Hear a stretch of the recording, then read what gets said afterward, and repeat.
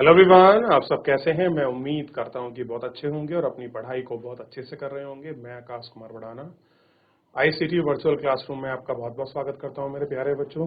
जैसा आपको पता है मेरे प्यारे बच्चों, बेसिकली हमारी आपका जो है मेरे प्यारे बच्चों 9th क्लास से, और 9th क्लास में हम लोग देख रहे हैं पॉलिटिकल साइंस। पॉलिटिकल साइंस में लेसन नंबर 4 चल रहा है। संस्थाओं के कामकाज को लेकर बात कर रहे थे। 2 लेक्चर इसमें हमारे हो चुके थे, क्लियर है।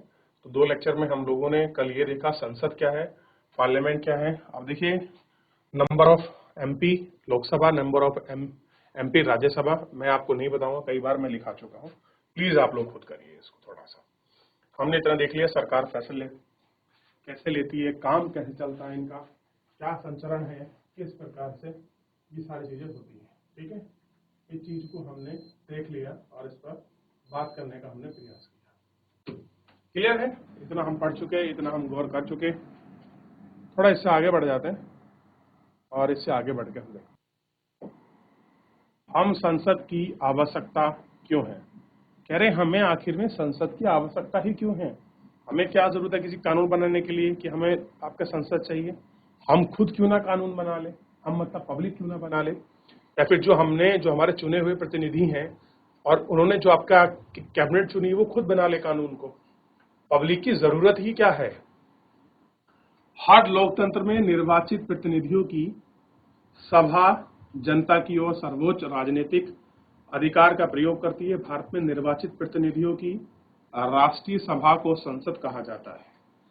राज्य स्तर पर हमें विधानसभा कहते हैं। अब आप देखिए, एक राज्य स्तर पर भी स्ट्रक्चर है, पावर ऑफ सेपरेशन है। तभी तो हमने कहा गया है कि हमारा संविधान कैसा है, संघीय व्यवस्था है, संसदीय संघीय व्यवस्था है हमारी। क्लियर है। और अलग अलग देश में इसे अलग अलग नामों से अलग अलग हो सकते हैं। हर लोकतंत्र में निर्वाचित प्रतिनिधियों की एक आपकी सभा होती है और यह सभा जनता की ओर से राजनीतिक अधिकार का प्रयोग करती है। अब जनता तो सीधा अपने संवाद नहीं कर सकती, वो क्या करती है, अपने अपने प्रतिनिधि चुनती है। वो प्रतिनिधि उन पर अपना विचार विमर्श करते हैं, उनको देखते हैं। क्लियर है। किसी भी देश में कानून बनाने का बड़ा अधिकार संसद को होता है। कह रहे देश है, उस देश में जो भी कोई राइट्स हैं वो किसके पास है, पार्लियामेंट के। कानून या विधि बनाने का काम इतना महत्वपूर्ण होता है कि इन सभाओं को विधायिका कहते हैं। दुनिया भर की संसदें नए कानून बना सकती हैं, मौजूदा कानून में संशोधन कर सकती हैं और मौजूदा कानून को खत्म कर सकती हैं और उनकी जगह नए कानून बना सकती हैं। कुछ ना कुछ अल्टा पलटी ये सारे कर सकती हैं। ठीक है, ये हमने देख लिया। बात कर रहे हैं संसद के दोनों सदन। ठीक, आधुनिक लोकतंत्र में संसद की बड़ी महत्वपूर्ण भूमिका निभाती है। लिहाजा अधिकांश बड़े देश संसद की भूमिका और अधिकारों के 2 हिस्सों में बांट दिया है। इन्हें चैम्बर और सदन कहते हैं। कोई कहते हैं चैम्बर में है, कोई कहता है सदन में है, कोई कहता हाउस कहता है। क्लियर है। पहले सदन को आमतौर पर सीधे जनता द्वारा चुना जाता है। पहला सदन जनता चुन रही है। भारत के परिप्रेक्ष्य में इसको हम लोकसभा कहते हैं। भाई आप देखेंगे 2 सदन है, लोकसभा क्या करती है, इनका चुनाव करके भेजती है। एमपी के चुनाव हमारे यहाँ होते हैं हर 5 साल में। तो क्या होते हैं कि जनता को हर 5 साल में अपना प्रतिनिधि चुनने का मौका मिलता है। दूसरे सदन के अमूमन परोक्ष रूप से आपके चुने जाते हैं, विशेष काम करते हैं। सदन का सामान्य काम विधि, राज्य, क्षेत्र, संघीय के आपकी हित की निगरानी करता है। अब जो राज्यसभा है कौन चुन के भेजते हैं, हमारी विधानसभा के सदस्य, यानी कि जो हमारे विधायक हैं वो क्या करते हैं, हमारे यहाँ जो आपका राज्यसभा का जो आपका निर्वाचन है उसका करते हैं। हमारे देश में 2 सदन है। कितने सदन है हमारे देश में, 2 सदन है। ठीक, कौन कौन से, लोकसभा, राज्यसभा। पहला है इसमें राज्यसभा, जिसको कहते हैं काउंसिलिंग ऑफ स्टेट, और दूसरा है लोकसभा, जिसको कहते हैं हाउस ऑफ पीपल के नाम से जाना जाता है। भारत का राष्ट्रपति संसद का हिस्सा होता है। दोनों ही किसी सदन का सदस्य नहीं होता है, इसलिए संसद के फैसले राष्ट्रपति की मंजूरी के बाद लागू होता है। जो भी काम होगा पहले लोकसभा राज्यसभा या राज्यसभा लोकसभा से पास होने के बाद राष्ट्रपति के पास जाएगा, और राष्ट्रपति अगर सिग्नेचर करेगा, हस्ताक्षर करेगा, तो भी वही कानून अप्रूवल की श्रेणी में आएगा। नहीं तो वो अप्रूवल आपका नहीं होगा। ये सारी चीजें इसमें देखी और करी जाती है। क्लियर है? ये है इसका अप्रूवल, ये है संसद के दोनों सदन, चैम्बर हाउस का मानना। क्लियर है? जो आपको दिखता है, जो आप देखते हैं, जो आप करते हैं, वो संख्या से शुरू होता और चलता है। क्लियर है? इसको देखिए।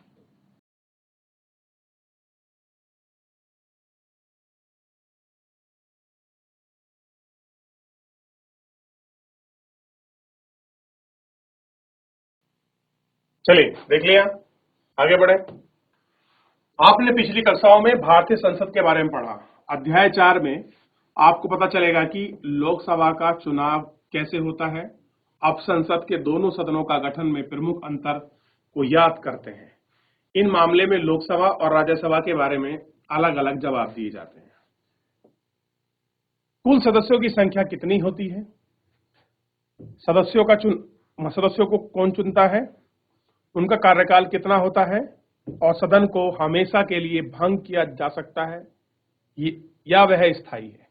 चलिए, अब पहले आप इन सब का जवाब दीजिए। आपने अभी पढ़ लिया है ना, आप अगर इन क्वेश्चनों का जवाब दे दोगे तो मान जाऊं कि हाँ, कि आप लोगों ने कुछ रिवीजन किया है। बताइए बेटा, देखिए जल्दी जल्दी, कौन बच्चा बताएगा?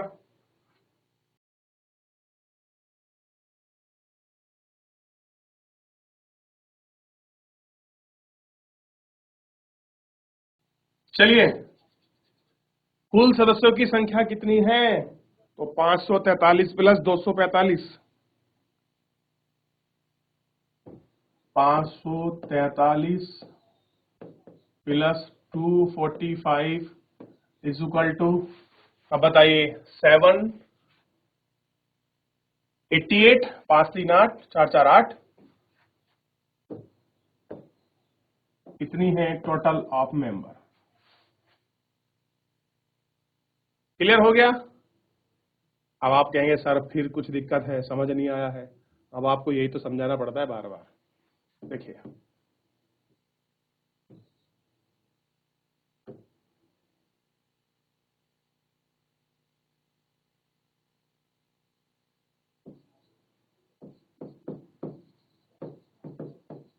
लोकसभा में कितना है? 543। राज्यसभा में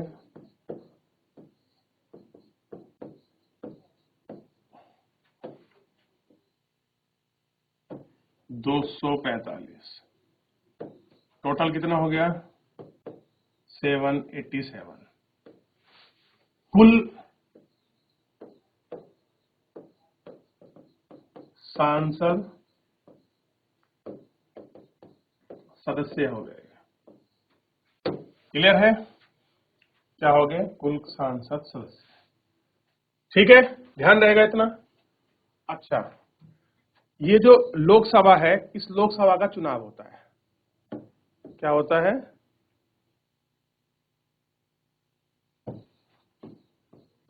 चुनाव। चुनाव में क्या करते हैं? सीधे जनता वोट देती है।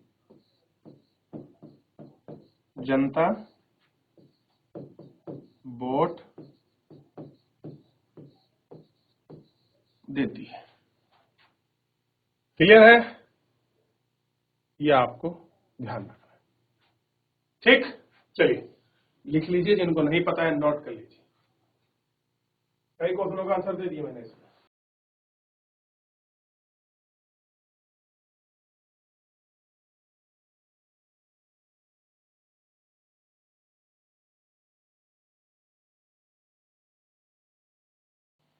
आगे बढ़ जाए। चलिए देख रहे हैं हम लोग। अब चुनाव कौन करता है, कुल सदस्य कितना है, और अब बात करेंगे इसके कार्यकाल की। तो लगभग 5 वर्ष लोकसभा और 6 वर्ष राज्यसभा का होता है कार्यकाल। और ध्यान दीजिए, लोकसभा भंग होती है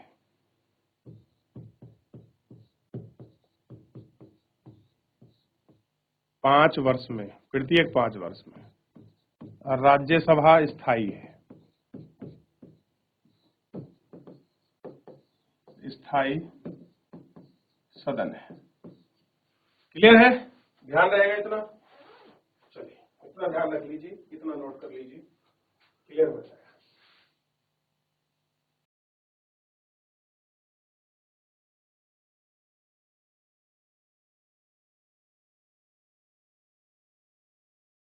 हो गया? तो इतना आपको क्वेश्चन क्लियर होना चाहिए, क्योंकि संसद पार्लियामेंट का बेसिक रूल्स में मैंने आपको पढ़ाया और बताया था कि भैया ये सब बेसिक है, ध्यान रखना है। लोकसभा बनाम राज्यसभा बड़ा इंपॉर्टेंट टॉपिक है। बनाम का मतलब बाद होता है। दोनों सदन में से प्रभावशाली कौन है, ये बड़ा इंपॉर्टेंट है कि भैया कौन प्रभावशाली है। राज्यसभा कभी कभी अपर हाउस और लोकसभा को लोअर हाउस कहा जाता है। तो ध्यान रखना, कभी हमने संबोधन के लिए लोकसभा को अपर हाउस लोअर हाउस बोल दिया। राज्यसभा लोकसभा से ज्यादा प्रभावी होती है। तो ज्यादा प्रभावी कौन है? राज्यसभा। हमने इसको 2+ के निशान दे दिए। यह महज बोलचाल की पुरानी शैली है और हमारे संविधान में भाषा इस्तेमाल नहीं की गई है। हमारे संविधान में राज्य संबंध और राज्यसभा के कुछ विशेष अधिकार दिए गए हैं, लेकिन अधिकार मामलों में सिर्फ सर्वोच्च अधिकारी लोकसभा के पास है। आइए देखते हैं। अब बड़ी तो बना दिया आपने राज्यसभा, लेकिन अधिकारी प्राधिकारी के मामले में आपने लोकसभा को राइट्स दिए हैं, यानी कि पावर ऑफ बैलेंस। किसी भी सामान्य कानून को पारित करने के लिए दोनों सदन की जरूरत होती है, लेकिन दोनों सदनों के बीच कोई मतभेद हो तो अंतिम फैसला दोनों संयुक्त अधिवेशन में किया जाता है। एक हाउस लोकसभा, एक हाउस राज्यसभा। दोनों बिलों को पास कर दी, हो सके दोनों बिलों को पास ना करें तो क्या करते हैं, इनका एक ज्वाइंट सेशन कराते हैं। इसके भी लोग आकर बैठते हैं और इसके भी, फिर क्या करते हैं, उससे किसी विधेयक को पास करा देते हैं। तो लिखा है ना, संयुक्त अधिवेशन अनुच्छेद 108 में इसको एक्सप्लेन किया गया है, अच्छे से पढ़ सकते हैं। इनमें दोनों सदनों के एक साथ बैठाते हैं और सदस्यों संख्या को होने के कारण इस तरह से बैठक में लोकसभा को विचार में प्राथमिकता मिलने की संभावना रहती है। होता क्या है कि भैया लोकसभा को जो विचार है उसमें आपकी प्राथमिकता मिल जाए। दूसरा है, लोकसभा पैसे के मामले में अधिक अधिकारों का प्रयोग करती है। अगर आप कोई भी बिल रखेंगे, जैसे वो जो फाइनेंशियल बिल है, वो केवल लोकसभा में जाएगा। राज्यसभा के पास उसके पास स्पेशल राइट्स नहीं है। लोकसभा बजट या पैसे से संबंधित कानून को पारित हो जाता है तो राज्यसभा उसे खारिज यानी कि निरस्त नहीं कर सकती। राज्यसभा में उसे पारित करने के लिए 14 दिनों की तक रोक सकती है या उसमें संशोधन के लिए सुझाव, ध्यान दीजिए, कर नहीं सकती, सुझाव पेश कर। सुझाव का मतलब होता है हम ये चाहते हैं कि ऐसा करना चाहिए, तो यानी कि हम चाह रहे हैं ऐसा हो जाए, लेकिन आप कर दो, ऐसा राइट्स नहीं है। तो जहां चाहिए लग जाता है वहां क्या होता है, क्यों मानने ना मानने के ऊपर रहता है। यह लोकसभा का अधिकार है और उन सुझाव को माने या ना माने डिपेंड किस पे करता है, लोकसभा के। अब तीसरी सबसे बड़ी बात यह है कि लोकसभा मंत्री परिषद नियंत्रण करती है। कौन करती है? मंत्री परिषद। सिर्फ वही व्यक्ति प्रधानमंत्री बन सकता है जो लोकसभा में बहुमत हासिल हो। आपने लोकसभा में बहुमत लाया तो हो सकता है। अधिक लोकसभा सदस्य यह कह देते हैं कि मंत्री परिषद पर विश्वास नहीं है तो प्रधानमंत्री समेत सभी मंत्रियों को पद छोड़ना होगा। राज्यसभा में यह अधिकार हासिल नहीं है। तो राज्यसभा में कुछ विशेष राइट्स हैं और आपको कुछ लोकसभा में। सबसे पहले ये वाला देखिए, ज्वाइंट सेशन वाला। क्लियर है? आपको क्लियर हो ज्वाइंट सेशन का मतलब क्यों है, क्यों रखा गया, क्या इसकी इंपॉर्टेंस था, क्यों इसको बरकरार रखा गया, इन सब पर बात करेंगे।